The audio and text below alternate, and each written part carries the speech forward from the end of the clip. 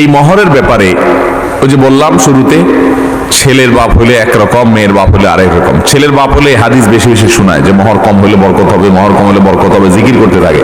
ওই একই লোক যখন নিজের মেয়েটা বিয়ে দেয়, বলে না ভাই সাহেব এখন আজকাল তো এত কম মহর আছে, 50 লাখের নিচে নইব। ঠিক না ভাই? ঠিক। আল্লাহ আমাদেরকে বুঝার তৌফিক দান করুন। আমি সব জায়গায় বলি একটা কথা, এখানে অনেক বাবাজিরা আছেন, আমার বাবার বয়সী অনেক লোক আছেন, এই লোকগুলোর বিয়েতে মোহর কত টাকা ছিল জিজ্ঞেস করেন। চাচা আপনার বিয়েতে মোহর কত ছিল বলেন বাবা? হ্যাঁ না, তা বেশি আগের না মানুষ।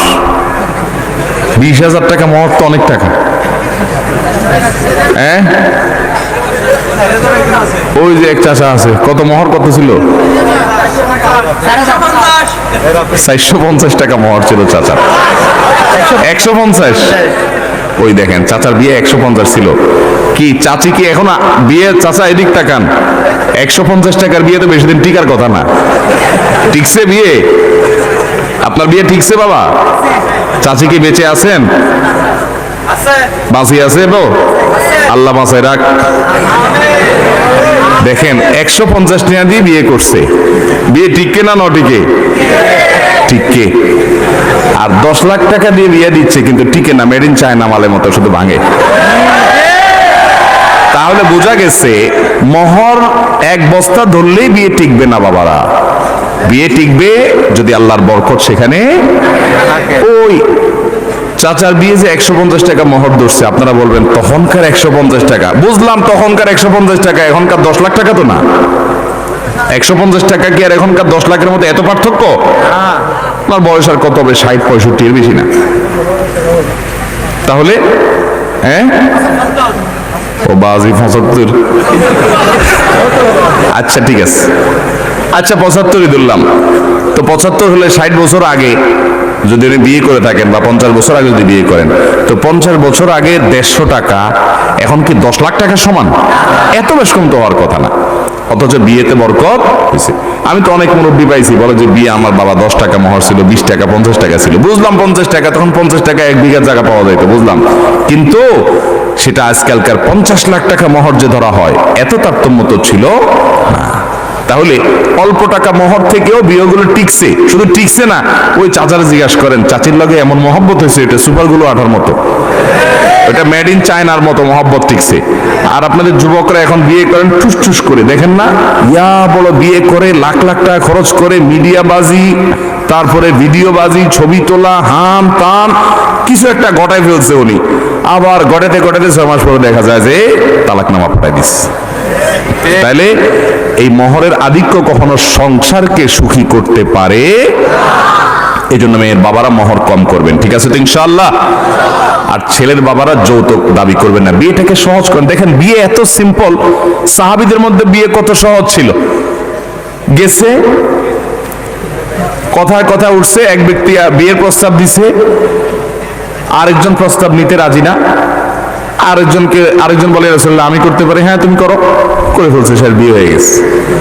আর আমাদের বিয়ে মানে কি? কামান দাগাইতে দাগাইতে মশার অবস্থা কাহিল, যুবকদের চরিত্র শেষ হয়ে যাচ্ছে। আল্লাহ তাআলা আমাদেরকে বিয়েগুলোকে সহজ করার তৌফিক দান করুন। পেশাব করার পর যদি পেশাব গায়ে বা জামা কাপড়ে লাগে, এরকম লাগছে এরকম সন্দেহ হয়, তাহলে কি এরপরের ইবাদতগুলো জায়েজ হবে? দেখেন পেশাব করার পর সুইয়ের আগায় যে পরিমাণ পানি থাকে, সুই আছে না, সুর মাথায় যেরকম পানি থাকে, ওইরকম ছোট ছোট ছিটা আসে না কিছু? এগুলো যদি আসে 2-4-5টা বা এরকম ছিটা যদি আসে আপনার কাপড়ের শরীরে, নাপাক হবে না। এটার কারণে নাপাক, এটার কারণে অহেতুক পেরেশান হবে না। তবে এগুলোর যেন না আসে তার জন্য সতর্ক থাকতে হবে, কারণ ফাইন্না আম্মাতা আযাবিল কবরি মিনহু, নবী সাল্লাল্লাহু আলাইহি ওয়াসাল্লাম বলেছেন ইস্তানজিহু মিনাল বাউল, পেশাব থেকে তোমরা বেঁচে থাকবা, সতর্ক থাকবা। কারণ বেশিরভাগ কবরের আযাব পেশাব থেকে অসতর্ক থাকার কারণে, এবং চগলখড়ি একজনের কাছে আরেকজনের কাছে লাগানোর জন্য সবার কাছে যায় ভালো থাকে, পিছনে বদনাম করে, এই চরিত্রের কারণে আর এই পেশাব থেকে অপবিত্র থাকার কারণে বেশিরভাগ কবরের আযাব হয়। এই জন্য পেশাবের ফোঁটা থেকে বাঁচে থাকার চেষ্টা করবেন। দাঁড়ায় যদি সরসর করে পেশাব করে দেন তাহলে ছিটা বেশি আসবে, এই জন্য বসে বসে করবেন এবং উপযুক্ত জায়গায় করবেন। তারপরও যদি ছিটা চলে আসে, ওই যে সুয়ের আগার পরিমাণ, এরকম ছিটা আসলো 2টা 4টা 6টা, এতে কি হবে না? নাপাক হবে। সতর্ক স্বরূপ পায়ে আসছে, পাও ধুয়ে ফেললেন, শেষ। আর কাপড় লাগলে কাপড় নাপাক হবে না এত অল্প পেশাব লাগলে, কারণ এটা থেকে একেবারে এইরকম সুতা পরিমাণ, সুই পরিমাণও লাগবে না, এটা থেকে বাঁচা সম্ভব না, যার কারণে এটুকু মাফ। শুধু সেটা নয়, অনেক সময় দেখবেন টয়লেটে বসলে মাছি আসে, মাছি যে একবার ওই নাপাক জায়গায় বসে আবার আপনার শরীরে এসে বসে, এর কারণে শরীর বা কাপড় নাপাক হবে, কারণ ওই মাছির গায়ে বা তার পায়ে এত কম নাপাক লাগে যে ওইটা কোনো কাউন্ট করে গণনা করা কঠিন, যার কারণে সেটা মাফ। এটা লাগলে অসুবিধা হবে না। এর বাইরে যদি মনে করেন পেশাব অনেক বেশি লেগে গেছে, একেবারে 1-1.5 হাম পরিমাণ আরো বেশি লেগে গেছে, এরকম নিশ্চিত হন, তাহলে তো নাপাক হবেই। তাহলে যে জায়গা নাপাক হয়েছে ওই জায়গা ধুয়ে ফেললে আপনি নামাজ পড়তে পারবেন। আবার অনেকের আছে লাগে নাই কিন্তু তার সন্দেহ হয়েছে, যেমন প্রশ্ন যিনি করছেন উনি, অনেকের আছে এটাকে বলা হয় সূচিবায়ুর রোগী, আছে না? না, এই রোগ যে লাগছে মনে হয়, লাগছে মনে হয়, এই মনে হয় দিয়া নাপাক হবে না, এই মনে হয় কোনো বেল নাই, এটার পাত্তা দেওয়া যাবে না। এরকম সন্দেহ রোগের কারণে অনেকে দেখবেন ওযু করতে আধা ঘন্টা সময় লাগে, আছে না নাই?